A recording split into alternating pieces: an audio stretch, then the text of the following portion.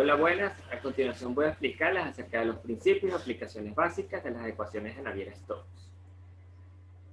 Ellas describen el movimiento tridimensional de sustancias fluidas viscosas, modelando cualquier tipo de fluido mediante la conservación de tres cantidades a saber: la masa, la cantidad de movimiento y la energía. Son ecuaciones diferenciales parciales no lineales de segundo orden que se obtienen aplicando los principios de conservación de la mecánica y termodinámica a un volumen fluido. Es por ello que, a excepción de casos muy simples, no se tienen soluciones analíticas conocidas, pero ellas nos van a ayudar a modelar el clima, las corrientes oceánicas, el flujo de aire de un perfil, los flujos de agua en tuberías y en reactores, y en sus formas simplificadas y completas nos van a ayudar a diseñar aviones, automóviles, el estudio del flujo sanguíneo, el diseño de reactores nucleares, entre otras cosas.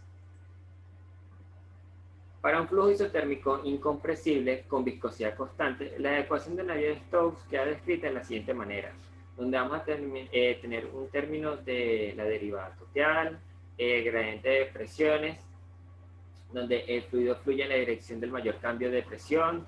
Vamos a también tener un término de fuerza corporal, donde vamos a tener aquí todas las fuerzas externas que puedan actuar sobre el fluido, y el término de difusión para un fluido newtoniano. Entonces vemos que esta ecuación posee cuatro incógnitas, tres componentes de velocidad y una de presión, aunque en realidad son tres ecuaciones, tres incógnitas, tres componentes, puesto que es una ecuación vectorial. Y para que tenga una solución es necesario otra ecuación, la de continuidad, para un flujo incompresible. Vemos de que esta ecuación no posee una derivada respecto al tiempo. Por ende, si el flujo es no estacionario, esta la podemos aplicar en cualquier momento. Entonces vamos a tener un conjunto que resolver con la ecuación 1 y 2, y para ello vamos a tener que escoger un sistema coordenado y expandirlas. Y vamos a hacerlo en coordenadas cartesianas y cilíndricas. Vemos aquí en las coordenadas cartesianas que va a tener una ecuación de continuidad, vamos a tenerla en su componente X, Y y Z. Para las coordenadas cilíndricas, vemos que también va a poseer una ecuación de continuidad, va a tener un componente R y θ y un componente Z. Vemos que en las coordenadas cilíndricas tenemos dos nuevos términos que son R y θ. Para ello nos vamos a la figura número 1. Entonces vemos que mientras nos desplazamos con θ, el vector unitario es sub R, también va a cambiar de dirección, lo que va a permitir un acoplamiento de R y θ. Vemos entonces que las ecuaciones que obtuvimos por coordenadas cilíndricas y cartesianas nos van a ayudar a describir o a resolver o a calcular problemas específicos, que para simplificar los cálculos vamos a eliminar la densidad, así como vamos a despreciar la temperatura como una variable a trabajar. Es por ello que tenemos el cálculo de campo de presiones para un campo de velocidad conocida. Y muchachos, es muy importante tener en cuenta que el campo de velocidad en un flujo incompresible no se afecta con la magnitud absoluta de la presión, sino solo por las diferencias de presión.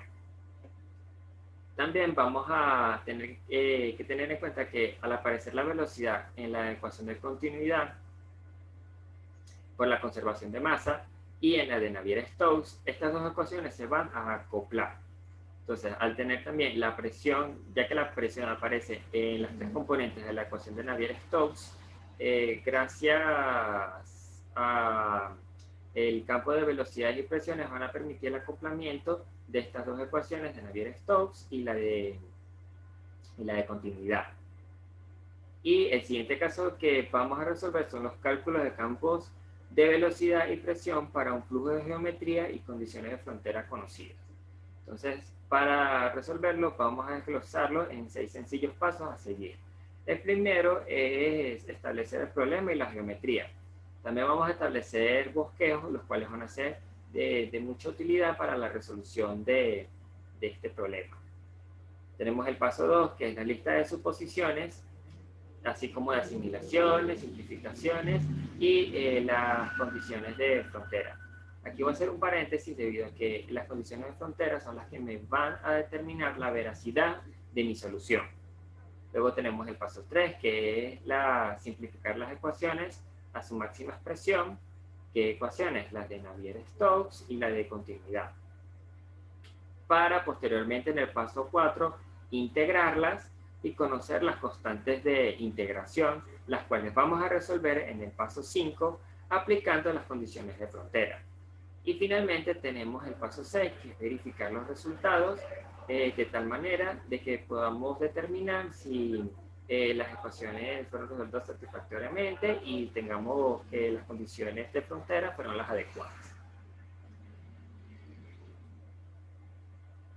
También vemos de que las condiciones de borde son muy importantes en este tipo de problemas y podemos encontrarlas de diferentes maneras. Podemos verlas para una condición de frontera de no deslizamiento, como su propio nombre lo indica, se usa para una condición de no deslizamiento, en donde la velocidad de fluido tiene que ser igual a la velocidad de la pared.